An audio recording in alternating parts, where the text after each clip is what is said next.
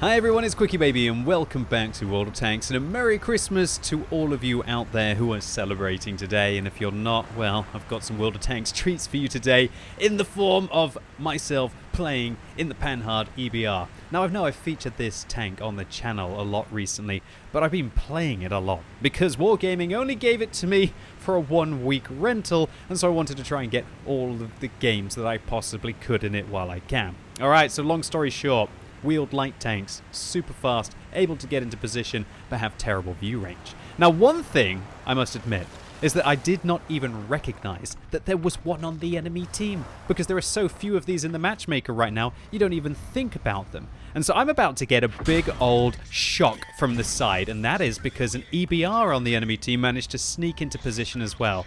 He's loaded high explosive rounds, which actually have 75mm of pen and have a big old damage increase. Your damage increase goes from 175 up to 260. One of them entered my vehicle, set me on fire, and I thought, oh wow, have I just been outplayed that hard by the EBR on the enemy team? I thought I was absolutely cooked at the start of this battle, but luckily we used our mobility to be able to escape.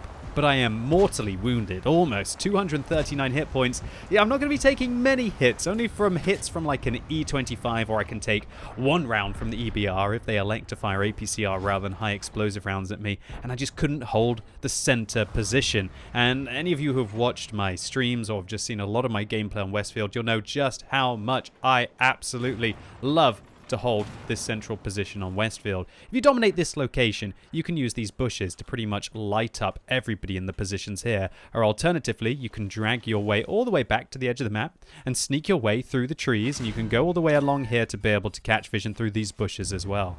And I get hit by the EBR again! Looks like that EBR managed to sneak forwards into the bushes and actually spots me, and I bounce a shell from the T-71, so I'm very thankful to still be in this game.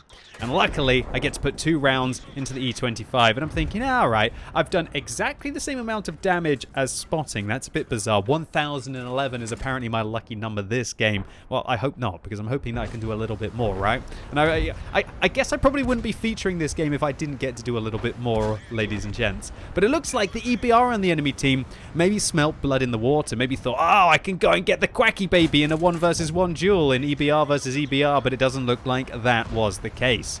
So I finish off the E25, the EBR falls on the approach, I believe to the Progetto on my team. Now I get to make some distance and try and play the role that I like in the EBR, which is to play the mid-range. Now, this game, when I was playing it, I have to admit, I was starting to think, how can I just get a little bit more damage out of this game? I don't usually do this, but when I feel as if I'm pretty much assured to lose and there's no point in just driving into the combat, I kind of think, I might as well just get a little bit of damage, try and make a few credits at the end of the game, because this doesn't exactly look like we're going to be able to hold up against the enemy's advance, right? But if I do manage to make my way up towards this slope, maybe I can spot them on the approach, and right now it is me, an E25, and 2 artillery versus 10 tanks on the enemy team, and I got 49 hit points to my name. Those 49 hit points wouldn't have lasted very long if I'd managed to take a hit from any of manner of those heavies that are advancing towards us. We've got tier 8 tanks on pretty much 3/4 of their hit points. We've got heavy tanks trundling their way down towards the slope. But that was a bit of a hilarious moment. Looks like the enemy guard was actually hiding behind the LTG there, who was not spotted, so we managed to finish off the LTG at range. We put 2 rounds into the T-71, and my E25 finishes off the E25 on the enemy team, and suddenly things are starting to look a lot better. Alright, this vehicle, ludicrously quick inside its rapid travel mode. I've just found out that the engine power actually increases, at least according to Tanks GG, inside the vehicle's rapid travel mode, up from 500 to 575.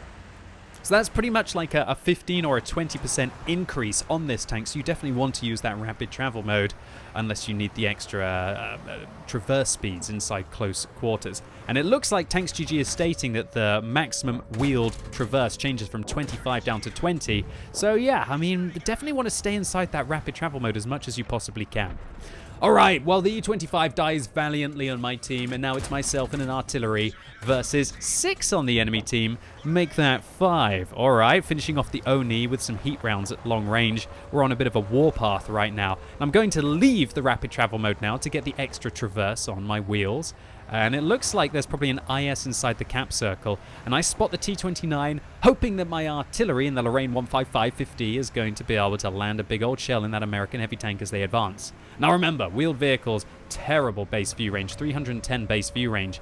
Luckily, the IS is also very blind, but of course has way worse camo than me. He's probably got 10% camo when he's stationary. I've got about 40 even when I'm moving, and so that allows me, even though I've probably got less view range than the IS, to be able to spot him at a distance. Now I'm going to make use of these bushes, and the ISM on the enemy team finishes off the artillery, leaving me in a 1 versus 5 situation. Alright, so you will have all seen my video, hopefully, of the Progetto 65 the other day, where it's a similar situation to this, but QuickyBaby fell at the final hurdle.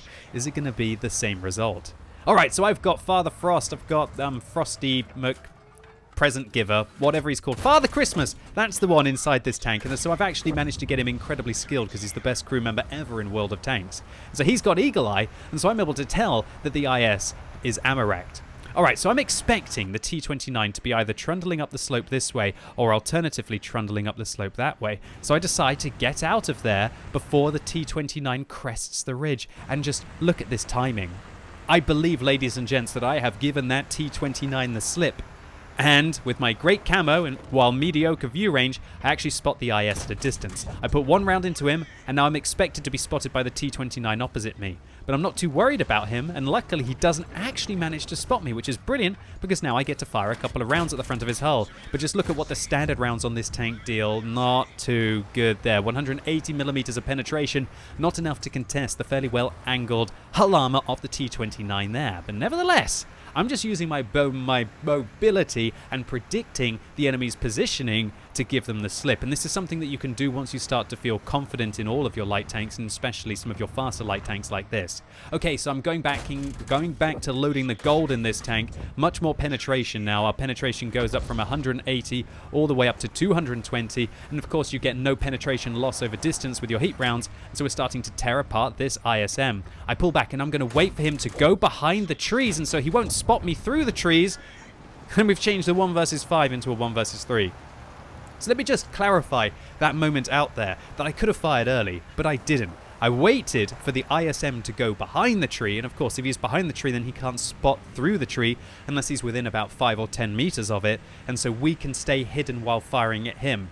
These vehicles, you have to be very creative with the way that you use your camo rating, but let me hold that thought for just a moment. We're going to put 1 round into the GW Panther, 2 rounds into the GW Panther. Doesn't manage to spot us, but obviously now we'll know where we are and we decide to get out. I'm going to try and get some flanking shots there, and you'll see that I just actually moused over the reticle, over the GW Panther, so I thought maybe there's a chance that we can get a sneaky shot through. However, we don't manage to. I'm loading high explosive rounds here instead of APCR rounds as I'm trying to save all of the armor-piercing and high explosive anti-tank ammunition that we have to take down the T-29 at the end of the game, and I know that the high explosive rounds won't be able to go through walls, and so I don't bother. I just decide to flank again.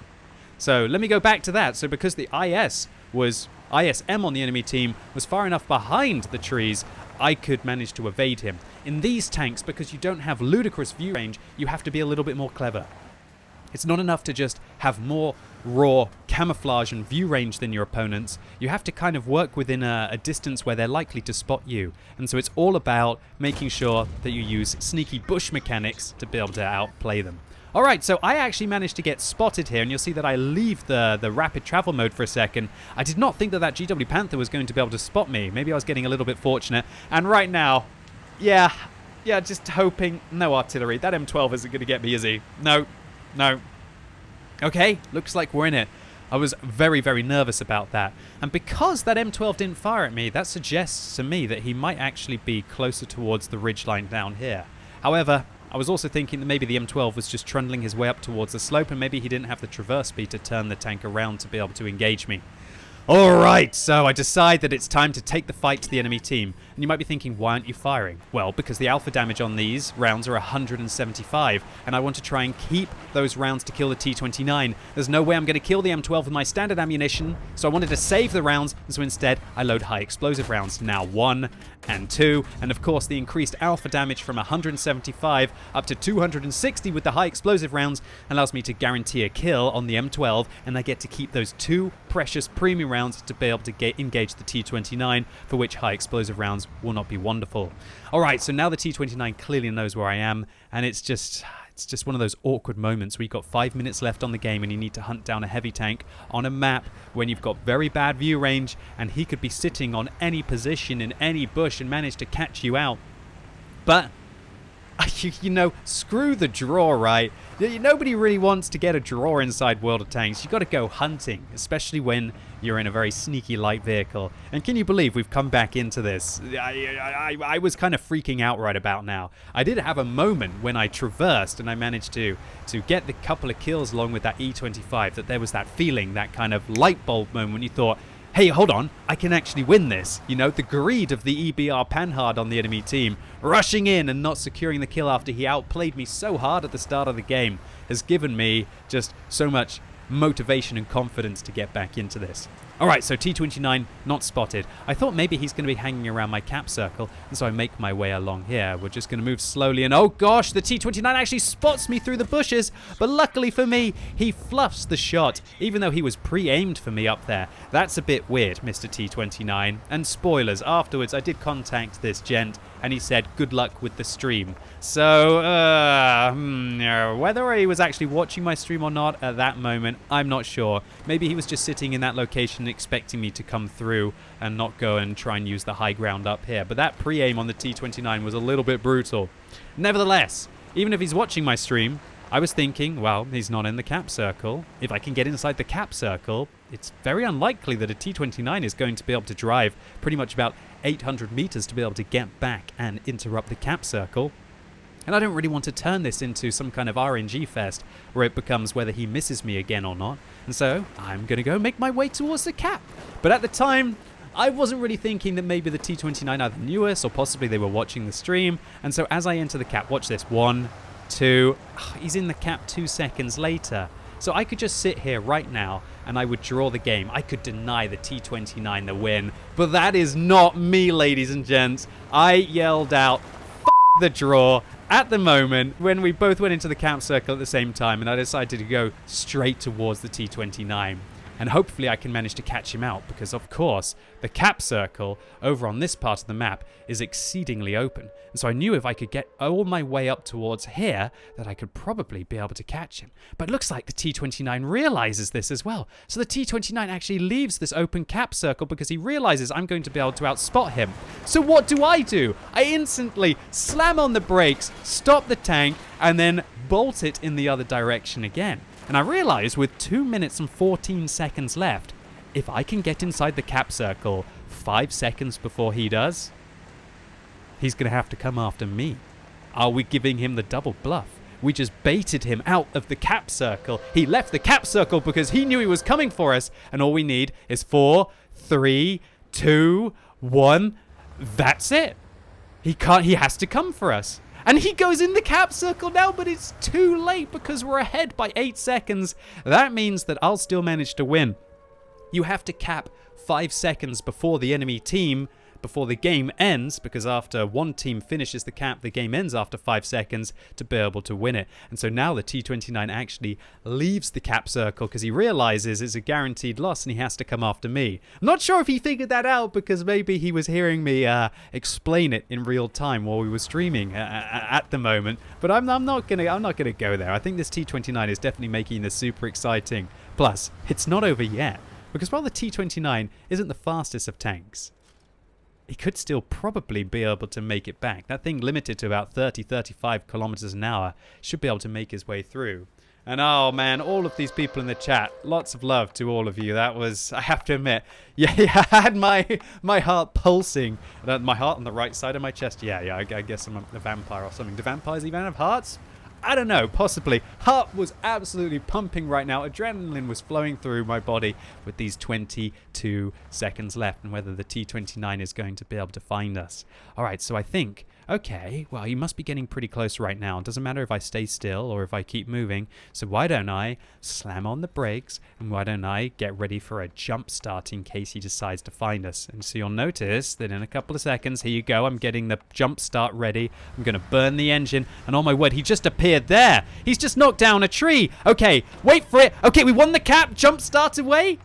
And he doesn't manage to get us. Beautiful stuff there for the EBR, a racing start at the end of the game so I could manage to get into the dip behind me to stop some kind of jaxy kill. But what a comeback in this game, and it was an absolute nail-biter for me, and I was very happy to get a Colorbanos medal at pretty high tier after we had the heartbreak in the Progetto during the charity stream last Thursday. And boy, did we get rewarded. Look at all of these medals. A Radley Walters medal for the 8 kills that we picked up, Pascucci's medal for destroying 2 enemy self-propelled guns, a Kolobanov's medal, the one that everybody wants for standing alone against at least 5 and winning, a Spartan's medal for ricocheting with less than 10% of your hit points, that's pretty lucky in a Panhard, an Invader medal for capturing the enemy's circle, a Tank Sniper for dealing the most damage at long range, and a High Caliber for the 5,061 damage that we dealt, 5 times more anyone else, and a Defender medal as well for protecting our cap circle against the IS on the enemy team. And to top it all off, a whopping amount of credits made, with or without a premium account. And so the Panhard EBR, I'm going to be very sad logging into my account today and seeing that the rental is finished, but my opinion of the vehicle still stays the same from my